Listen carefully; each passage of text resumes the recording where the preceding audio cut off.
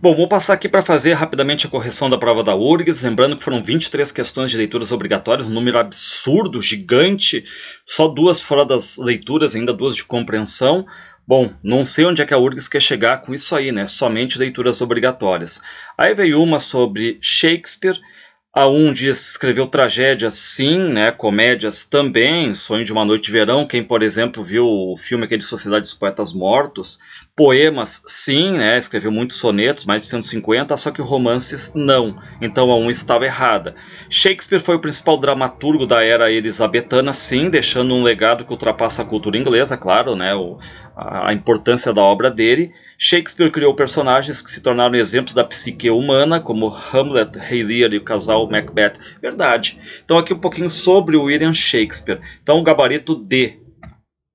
A segunda foi um pouquinho mais fácil, ela pediu apenas para listar os personagens, o que eles são na verdade. E aí vocês olhavam ali o que é o Cláudio é o rei da Dinamarca, mas não aparece. Aparece o príncipe da Noruega. Quem é que é o príncipe da Noruega? O Fortinbras. Quem é que é o amigo de Hamlet? É o Horácio. Quem é que é o irmão de Ofélia? É o Laertes. E quem é que é o Lorde Puxa-Saco Camareiro? É exatamente o Polônio. Então era uma sequência aqui correta de preenchimento dos parênteses de cima para baixo. Bom, aqui era sobre a Maria Firmina dos Reis e o romance Úrsula. Diz ali, o romance Úrsula foi publicado no Maranhão, sim, em 59. Aqui uma afirmativa falsa, mas não sei se a URGS vai entrar nesse quesito, tá? Ele foi publicado em 60, na verdade. Sob o pseudônimo de uma maranhense, sim, e quase não se tem notícia de sua circulação à época da publicação. Verdade, foi aquele momento de obscurantismo, né? Recuperado na segunda metade do século XX, foi achado num sebo, né? Só então o livro passa a ser reeditado e minimamente debatido no meio literário. Verdade. Nas 2 primeiras páginas do romance, uma voz que pode ser lida como a da autora apresenta, a modo de prólogo, o seu livro ao leitor, consciente das limitações que seriam impostas a ele por ter sido escrito por uma mulher brasileira de educação acanhada. Verdade também, né? Comentamos sobre o prólogo. A circulação limitada de Úrsula dá mostras de que, associados ao valor estético, os fatores como classe social, gênero e raça do escritor também participam da definição do cânone literário, ou seja, quem chega naquele topo. E é verdade, não só esses fatores, outros também, né? Então todas as 3 estão corretas aqui sobre Úrsula e Maria Firmina. Sobre Úrsula, verdadeiro ou falso? O romance é narrado em primeira pessoa, claro que não, né? Em terceira pessoa. E a Úrsula não é jovem, negra, escravizada e tudo mais. Falso. B, a segunda, quer dizer, a linguagem apresenta variedade de registro. Não, todos eles, quem viu aquele meu arquivo que eu fiz sobre detalhes de como foi escrito Úrsula, sabe, né? Todos eles falam no voz, então está sempre numa norma padrão. Personagens negras comunicam-se de forma coloquial. Falso, né? Falso. Todos eles com o mesmo português culto. O enredo está centrado no amor fracassado entre Úrsula e Tancredo, apesar de se casarem é o final trágico, os dois morrem, né? Embora personagens como Túlio e Mãe Susana sejam cruciais para o romance, especialmente na definição de seu caráter anti-escravista. Sim. O escravocrata comendador Fernando P., antagonista de Tancredo na disputa por Úrsula, arrepende-se de seus crimes no final de vida, né? Enfim, lá no convento, naquele epílogo salto de 2 anos, transforma-se no Frei Luís de Santa Úrsula, ou o apelido O Louco, verdadeiro então. Então deu C aqui.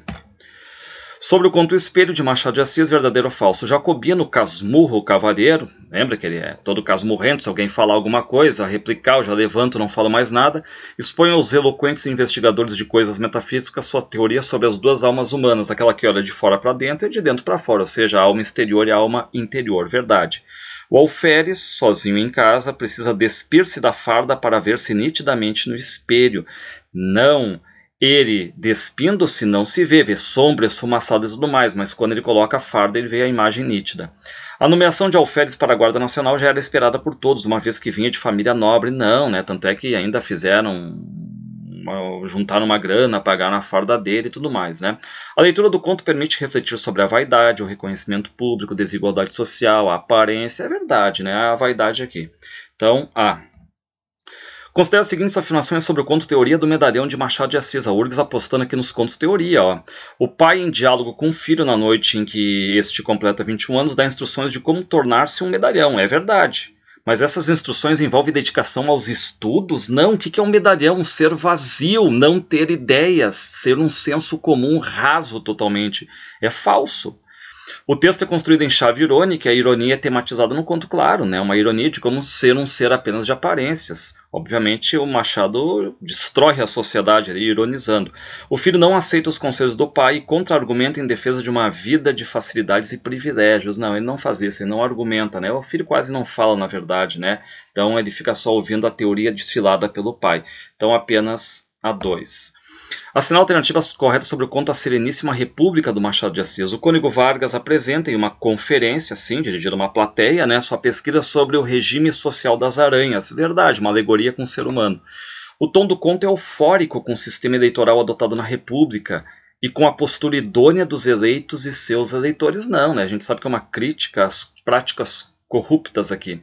O sistema eleitoral da Sereníssima República consiste em sorteios imunes a fraudes e a qualquer tipo de manipulação. Falso, tá todo momento tendo isso, né? E a culpa recaindo sobre a urna. O conto estrutura-se em forma de uma conferência em que o Cônego Vargas saúda a proclamação da República Brasileira. Detalhe, o Machado está escrevendo esse conto, o Brasil ainda é império, não é república. O livro é de 82. Os fraudadores das eleições na Sereníssima República são duramente castigados para que a lei se mantenha inalterada. Falso, gabarito A. 33 e 34 sobre poemas de Florbert Espanca, que eles não deram trechos, aqui vocês tinham que se lembrar dos poemas, né? Em ambos os sonetos a natureza nos fumo e o neurastenia, até botei o neurastenia ali, né, na pré-prova. Em ambos os sonetos a natureza é solidária aos sentimentos dos sujeitos líricos. E é verdade, né? Dentro daquele mundo do neurastenia, onde nós temos lá a chuva, o vento, os flocos de neve, são porta-vozes deles, né? Enfim. E ali nós temos também no fumo aquela questão toda dos olhos pobrezinhos perdidos nas noites invernosas e tudo mais, né? Em fumo, o estado de alma do sujeito lírico é comparado à primavera. Não, o estado é comparado ao outono. Os dias são outono, são tristes, choram e choram, como diz, né? Falso aqui. Tem até uma questão envolvendo primavera em alguns poemas, né? Tem o Lágrimas Ocultas que cita, o Amar, que diz que há uma primavera em cada vida, mas não no fumo. Em neurastenia, o sujeito lírico pede ajuda à natureza para dizer o que sente. Sim, né? Até coloquei o neurastenia ali, né, na pré-prova. Bom, o 34 é sobre o poema Ser Poeta. Reparem, né, o Ser Poeta aqui é aquele poema metapoético. O sujeito lírico canta a condição de inferioridade. Não, ser poeta, o que ele diz é ser maior. Ser maior. A intensidade de sentimentos impede o poeta de cantar o ser amado. Não, ele vai dizer no final, né, que amar-te, como diz, né, enfim, e dizer cantando isso a toda a gente. O poeta é capaz de sentir e viver com mais intensidade os acontecimentos da vida, sim, morder como quem beija, tudo é mais intenso. Aí é umas questões meio, sei lá, Urques botando 1, 2, 3, 4, 5 palavrinhas para fazer né, meio fora de foco, assim, sei lá. O poeta canta suas certezas. Vai comparar uma linha com 3 linhas da alternativa C, com 3 linhas da alternativa A. O poeta canta suas certezas. Que certeza o que ele diz que não saber o que se deseja. E o poeta é rei de todos os reinos. Não, né? Enfim, não tem isso aí. Então, C. Aqui tem uma comparação do poema Fanatismo e da Florbert, a imagem da Cecília Meirelles. Reparem, né, o que diz o fanatismo. Tudo no mundo é frágil, tudo passa. Quando me dizem isto, toda a graça de uma boca divina fala em mim. E olhos postos em ti, se dirige ao amado, né, digo de rastros. Ah, podem voar mundos, morrer astros, que tu é sempre como um Deus, princípio e fim. E aí o poema Imagem da Cecília é: tão brando é o movimento das estrelas, da lua, das nuvens e do vento, que se desenha a tua face no firmamento. Olha a idealização, né? A tua face, ela é desenhada lá no céu, no firmamento. Desenha-se tão pura como nunca tiveste, nem nenhuma criatura, pois é sombra celeste da terrena aventura. Bom, ambos os sujeitos líricos comparam o ser amado à perfeição divina, sim. Ambos os sujeitos líricos veem o amor de modo idealizado, sim. Ambos os sujeitos líricos falam diretamente ao ser amado, né? E ambos os poemas citam diretamente a voz da opinião pública. Isso aí só acontece dentro da Florbert Espanca, né? Quando abre aspas e todo mundo é frágil e tal, quando me dizem isto, né? Então deu A. Questões 36 e 37 sobre o continente. A alternativa correta sobre a fonte. O contexto histórico é a fundação dos primeiros povoados no Rio Grande do Sul. Não, isso aí está lá em Ana Terra. certo? O contexto histórico da fonte é exatamente a Guerra dos Sete Paus das Missões. A forma pacífica de colonização do Rio Grande do Sul é apresentada, não tem guerra. A família Terra, ainda não tem a família Terra, né? Instala-se nas missões jesuíticas, onde Ana conhece Pedro, não.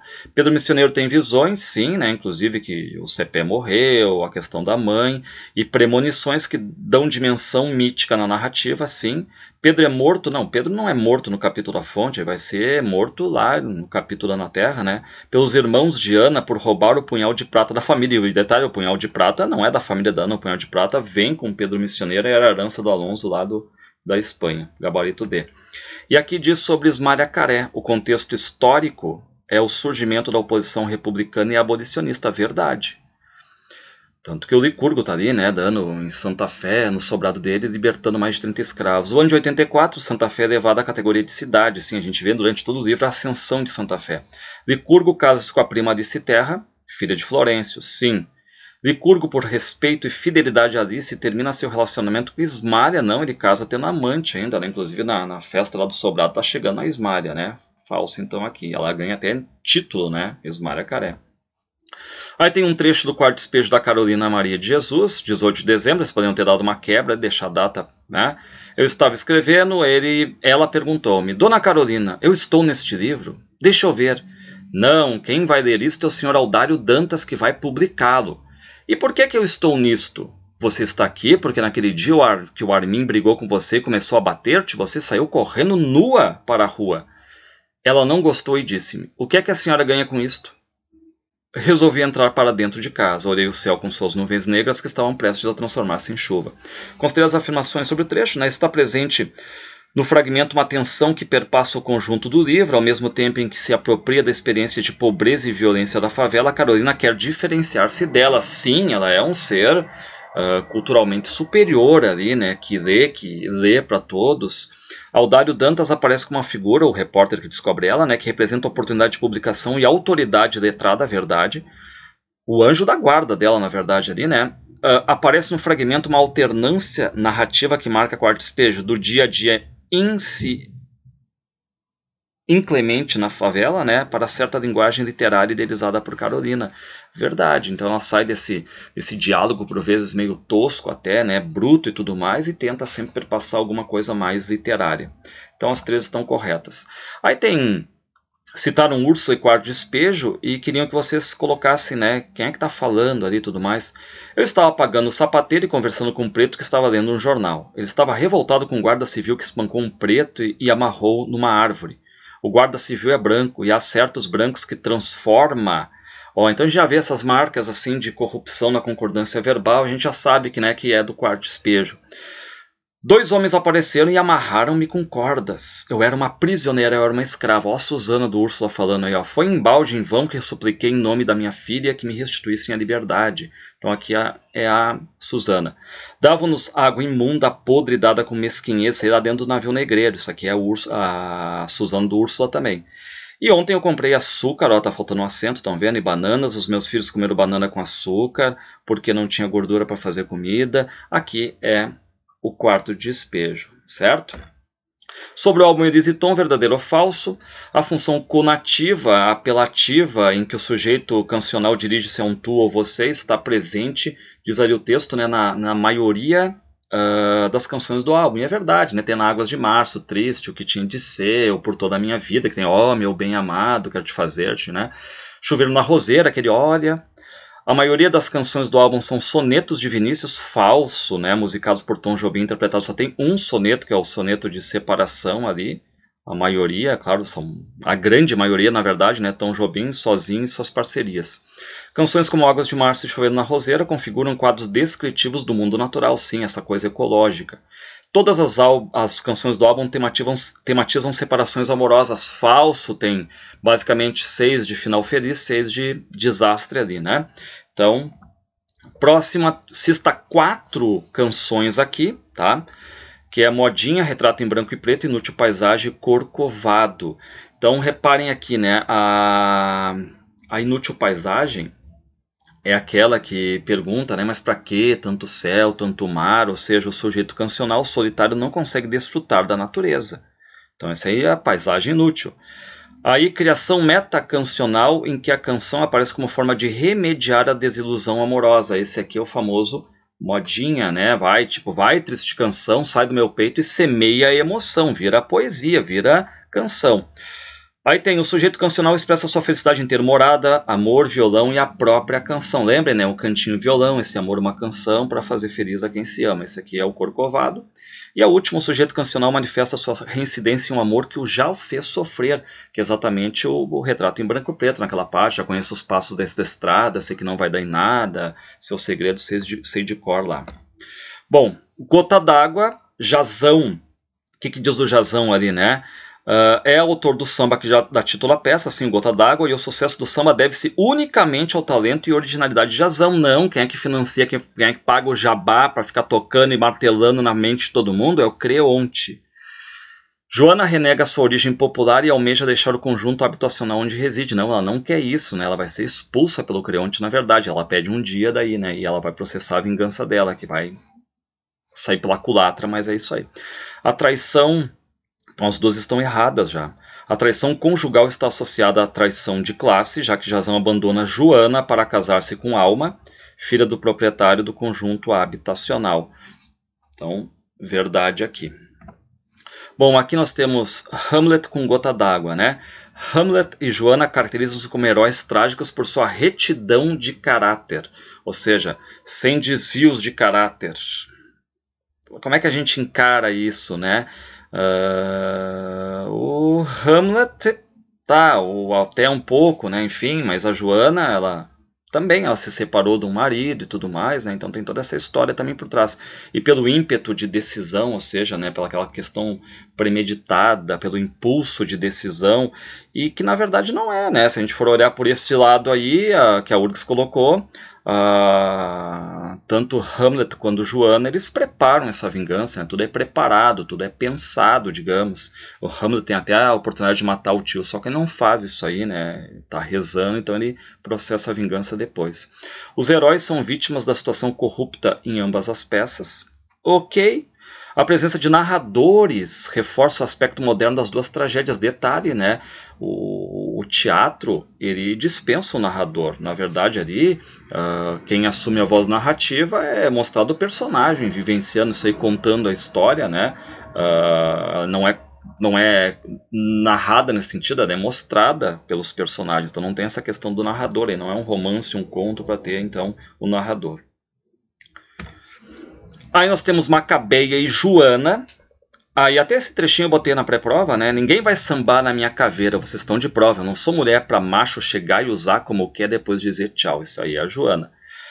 Para não ser trapo, nem lixo, nem sombra, objeto, nada, eu prefiro ser um bicho, ser esta besta danada. Me arrasto, berro, me xingo, me mordo, bato, me mato, mato e me vingo, me mato e mato. Ó a Joana aí, né? Então defendia-se da morte por intermédio de um viver de menos, gastando pouco de sua vida para esta não se acabar. Aqui é a Macabeia.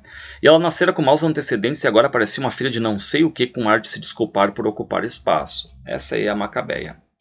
Aí temos aqui sobre a Hora da Estrela, diz que o Rodrigo SM é o narrador onisciente de modelo realista tradicional. Não, né? Ele interfere na narrativa, ele se torna personagem, ele para a narrativa a todo momento. Enfim, né? É diferente esse narrador. O Diário de Macabeia ocupa parte da narrativa, não tem Diário da Macabeia aqui. Macabeia é modelo de personagem consciente, existencial e socialmente não. Ela inspira, vive só inspirando, expirando, né? O viver ralo. Olímpico é namorado de Macabeia, dedicado e compreensivo, não estourado com ela, né? E Glória é colega de Macabeia, assim estabelecendo um contraponto de mulher urbana e decidida, verdade. Aqui tem um trecho, né, do Antônio Cândido, que ele é, na verdade, um crítico literário, brilhante crítico literário, mas não é comum a URGS fazer isso, talvez em homenagem que ele faleceu em 2017, assim como o João Gilberto Noll também, né, fizeram uma... E aqui nós temos uma questão de compreensão de texto, eu vou botar aqui o gabarito, é uma questão longa, né, mas é 1 e 3 aqui. Se vocês quiserem parar aqui e dar uma olhada, né. Aqui tem sobre o conto Fotografias do Caio Fernando Abreu, aí fala Gladys ali, né? Segundo o narrador, é loira, trintona, gostosa, moderna, extrovertida, sim, né? Ok. Datilógrafa, secretária, ok. Liege, segundo o narrador, é morena, magrinha, ponderada, também é datilógrafa, ok. E Gladys e Liege, embora diferentes física e psicologicamente, esperam pelo homem dos sonhos, pelo grande descobridor, o grande amor. Vamos dar uma olhada lá no simulado, eu botei basicamente isso aí, né? Então, é isso aí. 1, 2, 3, corretas. Aqui tem um microconto do João Gilberto Noll, e se a URG está botando o João Gilberto Noll, que é gaúcho, porto-alegrense, falecido em 2017, e lá pelas tantas está sendo Caio Fernando Abreu, eu tô achando que vem aí, ó, comecem a dar uma olhada no Quieto Animal da Esquina, ou sei lá, o Céu Aberto, são livros dele, né, o Armada. Eu acho que vem o João Gilberto Noll agora, vamos fazer uma homenagem para ele. 49, leia as seguintes afirmações sobre o romance A Máquina de Fazer Espanhóis. A URGS grifou com minúsculo legal ali, ficou legal, né? De Walter Hugo Mãe. O Antônio Silva perde a esposa Laura e é internado no lar Felicidade. Ok, sem problema. A ditadura salazarista aparece na narrativa através de personagens com atuação política, como o jovem de 21 anos, de quem Antônio Silva corta o cabelo. Lembra que ele protege e depois acaba entregando à polícia, né? A URGS não chegou tanto nesse aprofundamento, mas foi isso aí. O romance apresenta intertextualidade com o poema Tabacaria de Álvaro de Campos, do Fernando Pessoa, assim na figura do Esteves sem metafísica. E por fim, afirmativa sobre o romance Diário da Queda, do Michel Laub. A narrativa constrói-se na forma de diário, mas sem a forma tradicional, pois não há registro de datas precisas. Ok, pequenos fragmentos ali, né? O acontecimento do aniversário do João é o ponto de partida para o narrador questionar sua identidade e sua condição no mundo, verdade, né? Então, aquela marca ali. E a memória do avô e a militância do pai não exercem pressão no narrador em sua condição judaica. Exerce sim, né? Tanto é que ele vai tentar diluir esse trauma familiar aqui, certo? Espero que todos tenham ido bem na prova. Do fundo do coração, se eu pude fazer a diferença para algum de vocês aí, enfim, né, eu não tô com a intenção aqui de, enfim, né, de fazer todos gabaritarem uma prova, longe disso, é uma prova de compreensão também, envolve isso aí, mas o mínimo que eu tenho ajudado vocês aí já tá valendo, certo? Um abraço a todos, não me abandonem, né, fiquem aí no canal, que eu vou postando agora coisas, livros agora e tudo mais aí, né, enfim, um grande abraço para vocês.